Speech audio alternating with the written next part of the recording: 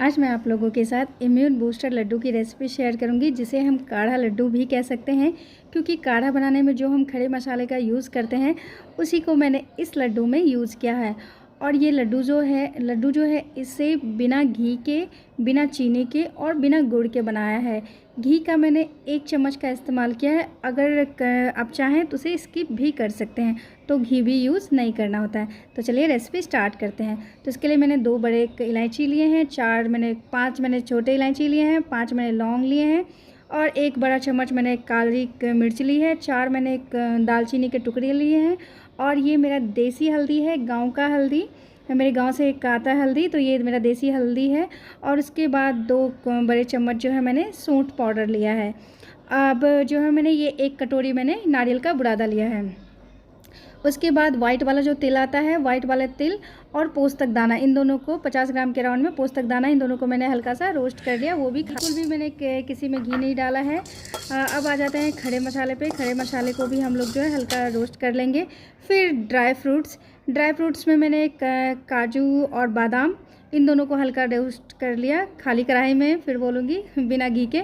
आप चाहें तो अपने अनुसार और भी कुछ ड्राई फ्रूट्स यूज़ कर सकते हैं, जैसे कि अखरोट या पिस्ता, मूंगफली के दाने, कुछ भी चीज़।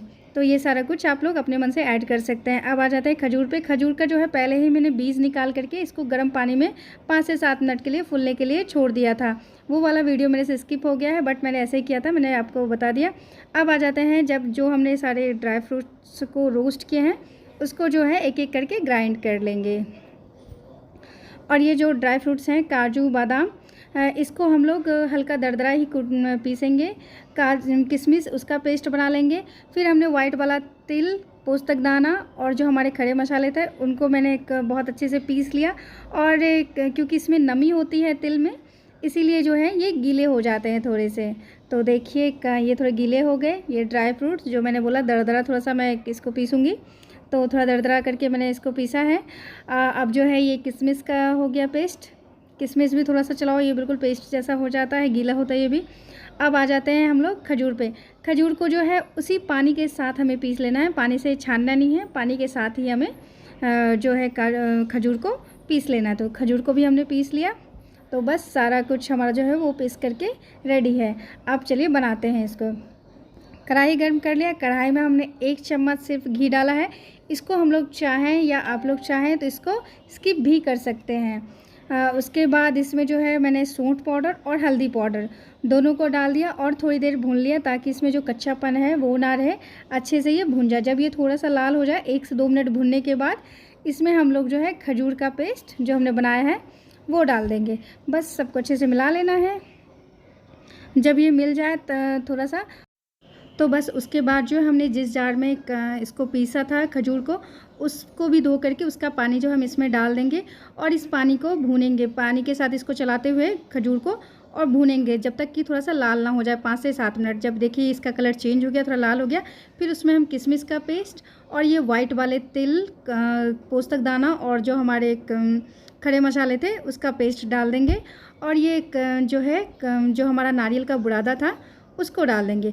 बस सब चीज़ को डाल करके बहुत अच्छे से सबको मैश कर देना है, मिला देना है अच्छे से। और 5 से 10 मिनट तक इसको भूनना है, जब तक कि ये कढ़ाई ना छोड़ने लग जाए और लाल ना हो जाए, क्योंकि भूनने वाला मेन सीन जो है वो यहीं पे है। इसको बहुत अच्छे से भून लेना है सब कुछ को। बस जब ये भून जाए, देख रहे हैं कढ़ाई छोड़ने लगी, तो लास्ट में इनमें हम जो हमारा दरदरा कुटा हुआ ड्राई फ्रूट्स है उसको डाल देंगे। फिर से हम लोग सब चीज़ों को मिलाएंगे। जब सब कुछ अच्छे से मिल जाए, फिर हम गैस बंद कर लेंगे और इसको थोड़ी देर ठंडा होने के लिए छोड़ देंगे। जब ये थोड़ा ठंडा हो जाए या इतना गर्म रहे कि हमारा हाथ सहन कर पाए, बस हाथ में जो है हमें थोड़ा सा घी अप्लाई करके और लड्डू बनाते जाना है। लड्डू बनाना इसका बहुत ही ज़्यादा मतलब ईजी है, क्योंकि बहुत ईजिली इसके लड्डू बन जाते हैं। ज़रा सा भी फटने का या कड़े हाथ की ज़रूरत नहीं पड़ती है, फटाफट बनते जाते हैं, क्योंकि किशमिश और खजूर सब है तो बहुत अच्छे से इसकी बाइंडिंग जो है वो आ जाती है। तो बस देखिए एक एक करके सारे लड्डू बहुत टेस्टी वो बन के रेडी हैं।